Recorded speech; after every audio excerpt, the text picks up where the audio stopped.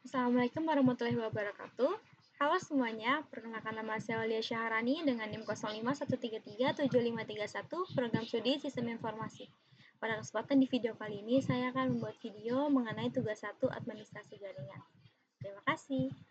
Di tugas 1 ini, yaitu ada laporan praktikum desain subnet dan routing statis dengan mata kuliahnya STSI 4309, yaitu mata kuliah administrasi jaringan.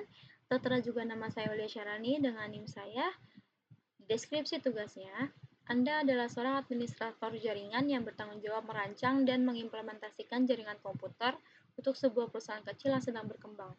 Perusahaan ini memiliki kantor pusat dengan 3 departemen serta 1 kantor cabang di kota lain.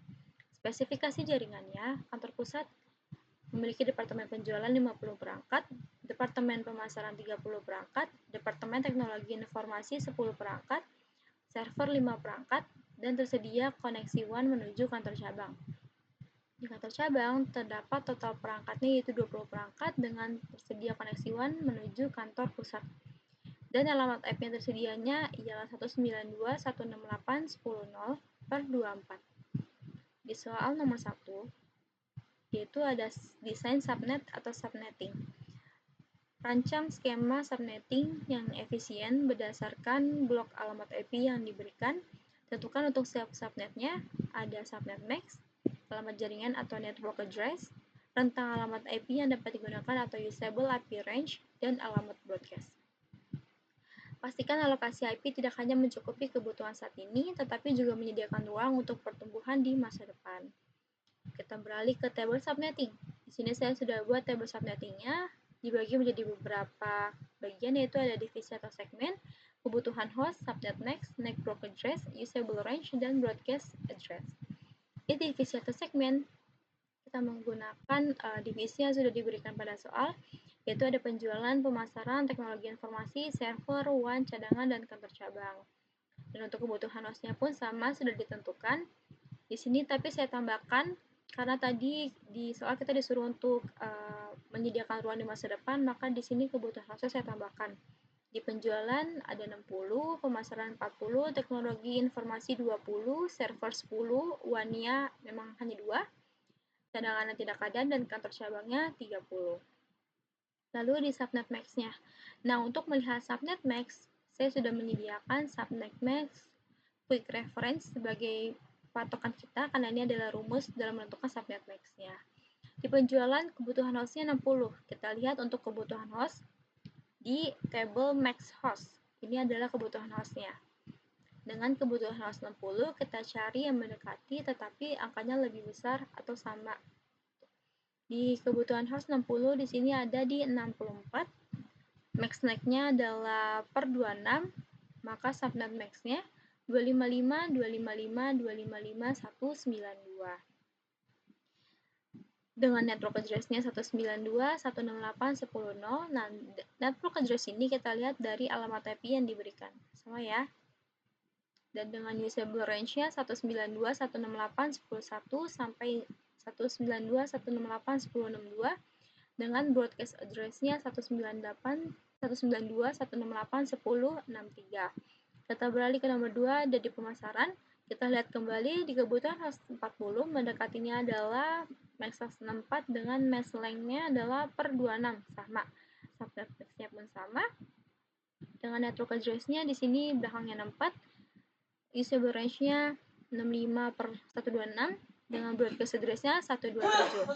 Jika kita notice di network address pemasaran ini angkanya 64, ia adalah angka setelah dari angka broadcast address di divisi sebelumnya.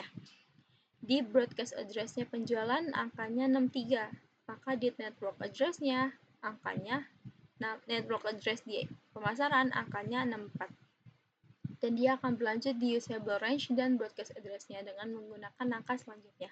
Begitupun dengan divisi-divisi lainnya ya. Jadi di network address, usable range, dan broadcast address antara divisi itu dia saling berkaitan. Dan kita lihat lagi di nomor 3 ada teknologi informasi dengan kebutuhan hostnya ialah 20. Kita lihat di quick reference-nya. Di kebutuhan 20 yang mendekati adalah 32. Paling besar ya. 32 dengan max length-nya adalah per 27 dan subnet max-nya 255, 255, 255, 224. Di sini juga kita bisa notice. Kenapa ketika kebutuhan hostnya lebih kecil, justru subnet max-nya lebih besar? Karena pada rumus dari quick reference memang seperti itu. Semakin besar max length-nya, maka semakin besar kebutuhan hostnya, maka akan semakin kecil angka subnet max-nya. Jadi kayak tadi nih, penjualan 60 dengan max length-nya per 26. Di teknologi informasi kebutuhan lebih kecil 20, justru subnet max-nya lebih besar. Jadi memang sudah rumusnya ya.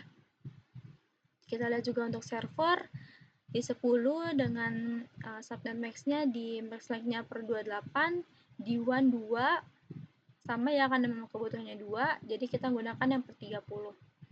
Lalu kita lihat lagi nih di cadangannya. Kenapa di cadangan ini hanya ada network address? Karena pada soal, kita kan harus mengalokasikan IP tidak hanya untuk kebutuhan saat ini, tapi menyediakan ruang di masa depan. Makanya di cadangan ini saya beri network address-nya adalah 192.168.10.180 sampai 191 dengan blok yang tersedia sebagai cadangan. Di kantor cabang pun kebutuhan hostnya 30, kita menggunakan max length-nya yang per 26. Kita beralih ke nomor 2, ada table routing. Buat table routing statis sederhana untuk router di kantor pusat dan kantor cabang. Table harus menunjukkan bagaimana router akan meneruskan lalu lintas antar subnet. Cantumkan destination network, subnet max, next hop atau interface yang digunakan. Dan juga tertera IP1 kantor pusat yaitu 192.168.10.177, IP1 kantor cabangnya 192.168.10.178 dengan asumsi interface WAN di kedua kantor adalah WAN 0 per 0. Kita lihat di table routing pertama ya. Table routing pertama itu table routing statis kantor pusat, di mana di sini tertera destination network, subnet max, next hop atau interface, dan ada keterangannya.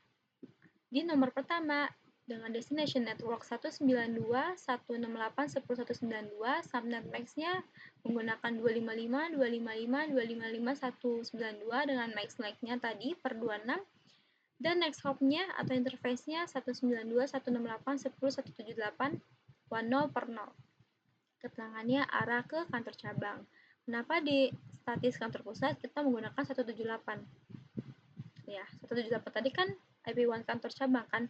Karena pada keterangannya ia menuju ke arah kantor cabang, makanya menggunakan IP1 kantor cabang. Nomor 2-nya, destination work-nya 4, subnet max-nya menggunakan yang sama per 26, dan next hop-nya tidak ada, keterangannya subnet pemasaran lokal. Destination work yang angkanya 0, subnet max-nya sama per 26, next hop-nya tidak ada, dan keterangannya subnet penjualan lokal. Untuk destination network-nya yang 128 menggunakan subnet max-nya per 27, next hop-nya tidak ada, keterangannya subnet IT lokal. Destination work yang terakhir 160, subnet max-nya per 28, next hop-nya tidak ada, dan keterangannya adalah subnet server lokal. Kita beralih ke table selanjutnya, ada table routing statis kantor cabang. Sama, berisikan destination network, subnet max, next hop atau interface, dan keterangan. Kita ke nomor pertama, 192.168.10.0. Subnet max-nya per 26, 255, 255, 255, 192, dan next hop-nya atau interface-nya 192.168.10.177. Kebalik ya, tadi di kantor cabang menggunakan kantor pusat menggunakan 178, di kantor cabang menggunakan 177 karena dia juga rutenya ke kantor pusat. Maka kita kasih keterangan di rute ke penjualan. Dengan destination network nomor 264, subnet max-nya sama, menggunakan max length yang per 26, next hop-nya pun sama, dan keterangannya rute ke pemasaran.